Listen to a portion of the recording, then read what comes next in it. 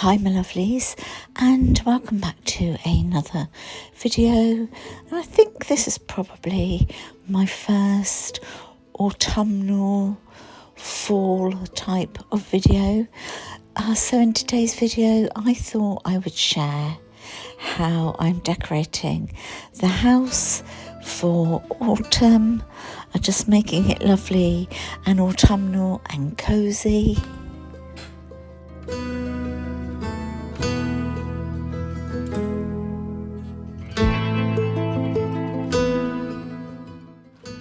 So in the first part of this video, I will be sharing with you how I'm taking down some of the decor that I've already got up, sort of like the spring, summer type of decor, and I'm swapping it over for some of the autumn.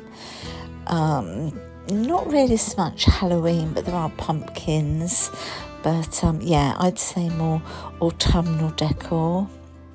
As I've said, I sped it up because it did take quite a while to do it, and in the second part of the video, when I go around the house and show you what I've done, although I say go around the house, I haven't decorated upstairs at all, it's just the downstairs.